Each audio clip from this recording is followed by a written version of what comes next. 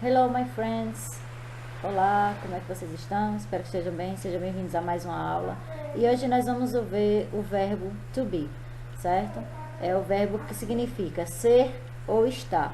Então, eu posso usá-lo tanto para dizer que eu sou professora, como para dizer que eu estou em casa. Na aula passada, vocês aprenderam sobre os personal pronouns, que são os pronomes pessoais. Para se estudar o verbo to be, primeiro nós temos que estudar esses personal pronouns. Então, hoje eu vou fazer só uma revisãozinha aqui básica, para que possamos continuar, certo? Ó, aqui nós temos os pronomes da forma singular, certo? São I, eu, e aqui nós temos as formas do plural.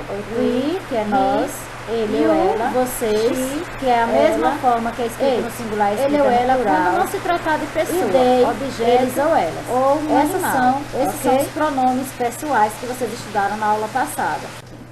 Está apontando para duas pessoas, homem e mulher, eles, they. E aqui apontando para uma coisa, it, que é o pronome pessoal, como vocês viram na aula passada. Então, para que ele é usado? Como eu disse lá no início, vai significar ser ou estar. Então, ele pode significar dois verbos. Então, em inglês, é muito mais prático, porque você tem um verbo só para falar de dois verbos em português. Aí você já ganha dois, certo? Não existe uma regra para você saber se significa ser ou estar. Tem que entender o contexto, tem que entender a mensagem, ou seja, tem que traduzir para saber se ali naquela frase o verbo to be é ser ou se é o verbo estar. Aí eu tenho aqui dois exemplos, ó. I am not a doctor. Se doctor é médico, eu não posso dizer que eu não estou um médico. Então, eu não sou um médico. I am not at home. Eu não posso dizer que eu não sou uma casa, mas eu digo eu não estou em casa. Então, eu tenho que traduzir para saber o significado de cada um dos verbos to be nas frases. Veja aqui alguns exemplos de como usar. Ó, I am a doctor. Eu tenho o verbo to be, am. Eu sou um médico. You are an engineer. Eu tenho o verbo to be, are. Você é um engenheiro. He is ill. Ele está doente. She is a funny person. Ela é uma pessoa divertida. It's a bicycle. É uma bicicleta. Então, veja que só aqui no singular vocês já viram três formas: am, are, is. Então, por que que muita gente estuda isso? Porque são três formas para um verbo só. Mas se a gente pensar em português, seria mais que isso. Eu sou, tu és, ele é, nós somos, vós sois, eles são. São mais que três, certo? Nas formas do plural, nós temos, ó, também o we, que é nós, como vocês já viram anteriormente. Are. É a mesma forma do you lá no singular. You are, do mesmo jeito. Então, tem algumas pessoas que quando escreve you, acrescenta s, porque está no plural, mas não. Nem no pronome, nem no verbo. You are, tanto no singular como no plural.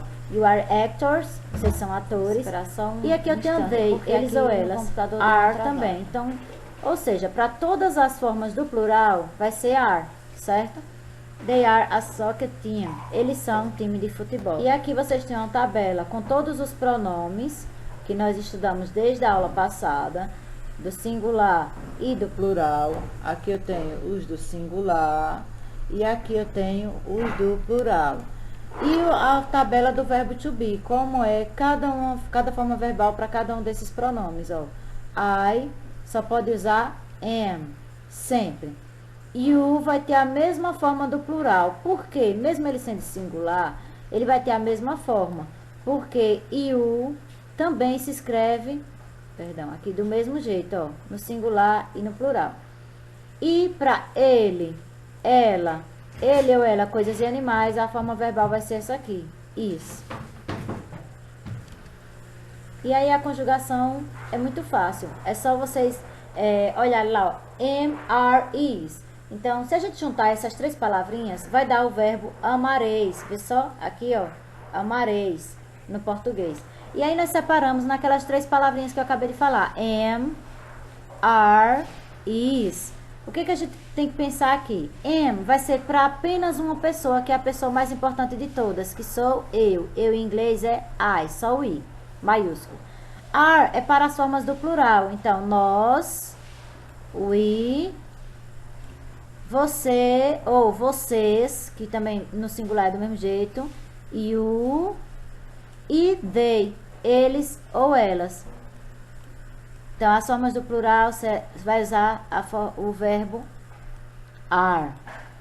E aí sobrou só o is. O is vai ser usado quando se tratar de ele ou ela, que a gente já viu que em inglês são 3 formas. He, quando se tratar de pessoa, homem, ele. She, quando se tratar de pessoa, mulher, ela. E it, que é o pronome impessoal, vai ser usado para coisas e animais. Então, toda vez que for um desses 3 pronomes, he, she ou it, a forma verbal é is. E fica assim, dessa forma, ó. I am, tá aqui, I am. You are, tá aqui, you are. He, she e it, is. E no plural, we, you e they are. Bom, espero que tenham compreendido.